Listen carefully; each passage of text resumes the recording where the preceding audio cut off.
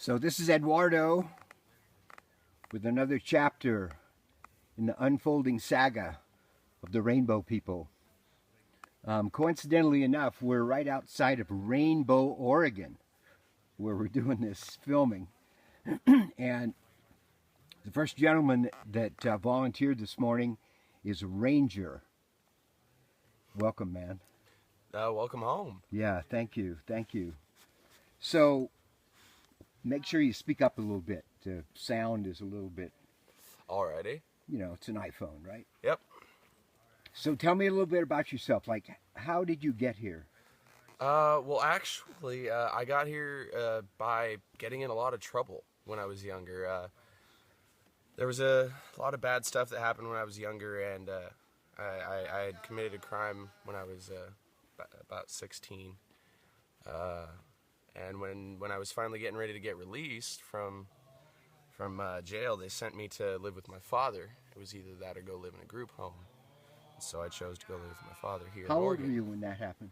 I was 17 when I finally got out. Okay. And I moved to Roseburg, Oregon with my father.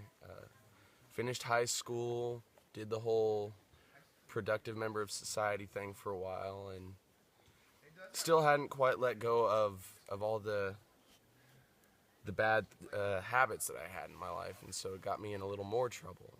And so I had to stay here in Oregon for 5 years. And Wow.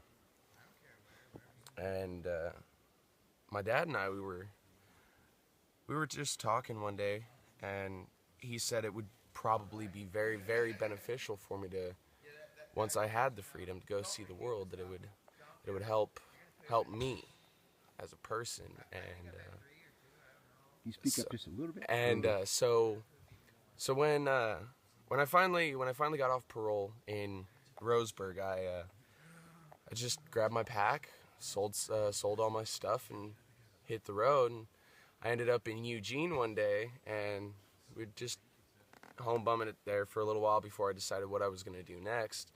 When a guy named Thomas, he told me about Rainbow, told me about just the love and the tranquility and the complete opposite of what Babylon is. And so I said, what the hell? I've heard of it, heard a lot of good things about it, and why not check it out? And so I went to the Oregon Regionals. It was actually near here. So you went to a rainbow gathering? Yes, I did. Just a little while ago, a couple of months ago. And I got hooked from day one. Just What was it? Huh? What was it that hooked you? Just the openness, the open-heartedness of all the people. Just they accept you for who you are, no matter who you are or what you've done, where you've been, who you were. All that matters to the Rainbow People is that you're there, that you want to share in them.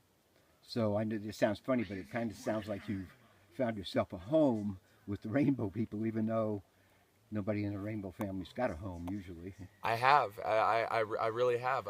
I've found a family that are all around me. Wherever I go, I can always find them. They're always there. So how would you rate your happiness with your life now compared to other times in your life? I don't know if I could, to be honest, because happiness just depends on what you're doing, where you feel you need to be, doing what you feel you need to do. But if I had to quantify it, I would say I'm pretty happy with where I'm at. If I had to put a number to it, I'd say I'm at a pretty close 10. Wow.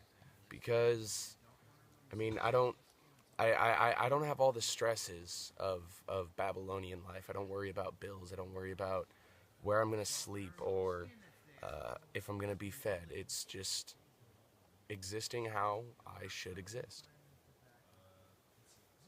Uh-huh. So what are your plans from here on out?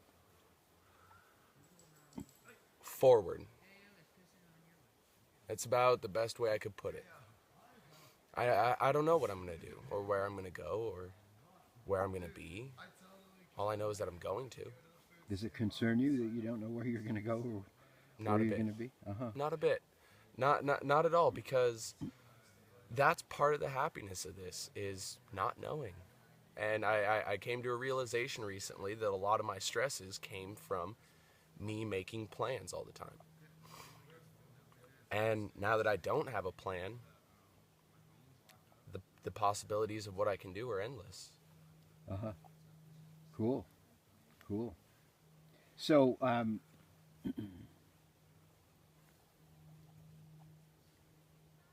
you ever thought about like rejoining mainstream or trying to get back into the workaday world and all that stuff?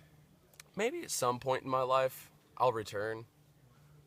But for right now, no. Not at this point, because I'm not ready for it. I still have way too much to see, way too much to do. Before I left, I promised myself that while I'm young enough to have these adventures, to go out and do stuff, see things, meet people, I'm going to do it. I mean, I want to have, when I go back to Babylon and I settle down and I rejoin mainstream society and start playing by their rules and their bullshit, which is necessary at points, then I will have a very nice collection of stories to tell. And that's to me what's important is just having stories for people. Uh-huh. Little bullwhip in the background there. In case anybody's thinking that's a shot.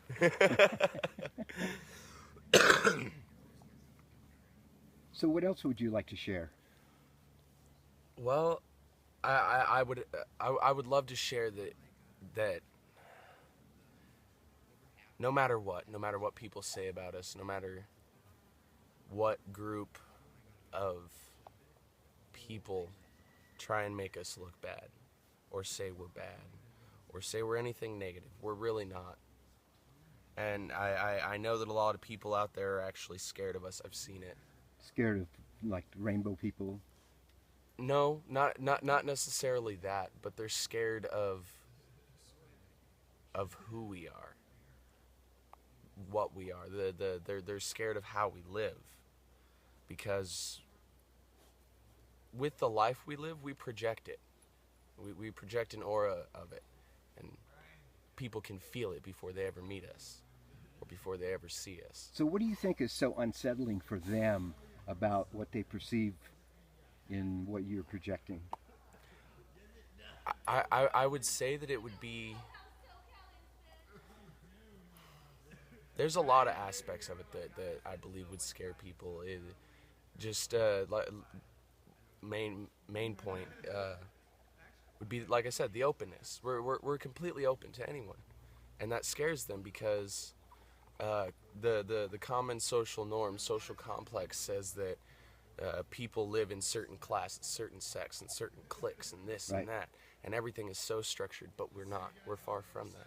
We're very unstructured. We don't have leadership. We don't have all these things that exist in Babylon. But in ways, I wouldn't say it makes us better. It makes us different. And that's what scares people. Is because we're different. Different's not bad. Right, it's just different. It's just different. Yeah. The main thing I would want to share with people is that just because we're different doesn't make us bad. Just Very because cool. we don't live by your social complexes, just because we don't work a daily job or have a house, doesn't mean we're not still made of the same thing. We're all made of flesh and blood. We just live a different style of life. Very cool. Well, thank you. Thank you for sharing it. You're welcome, man.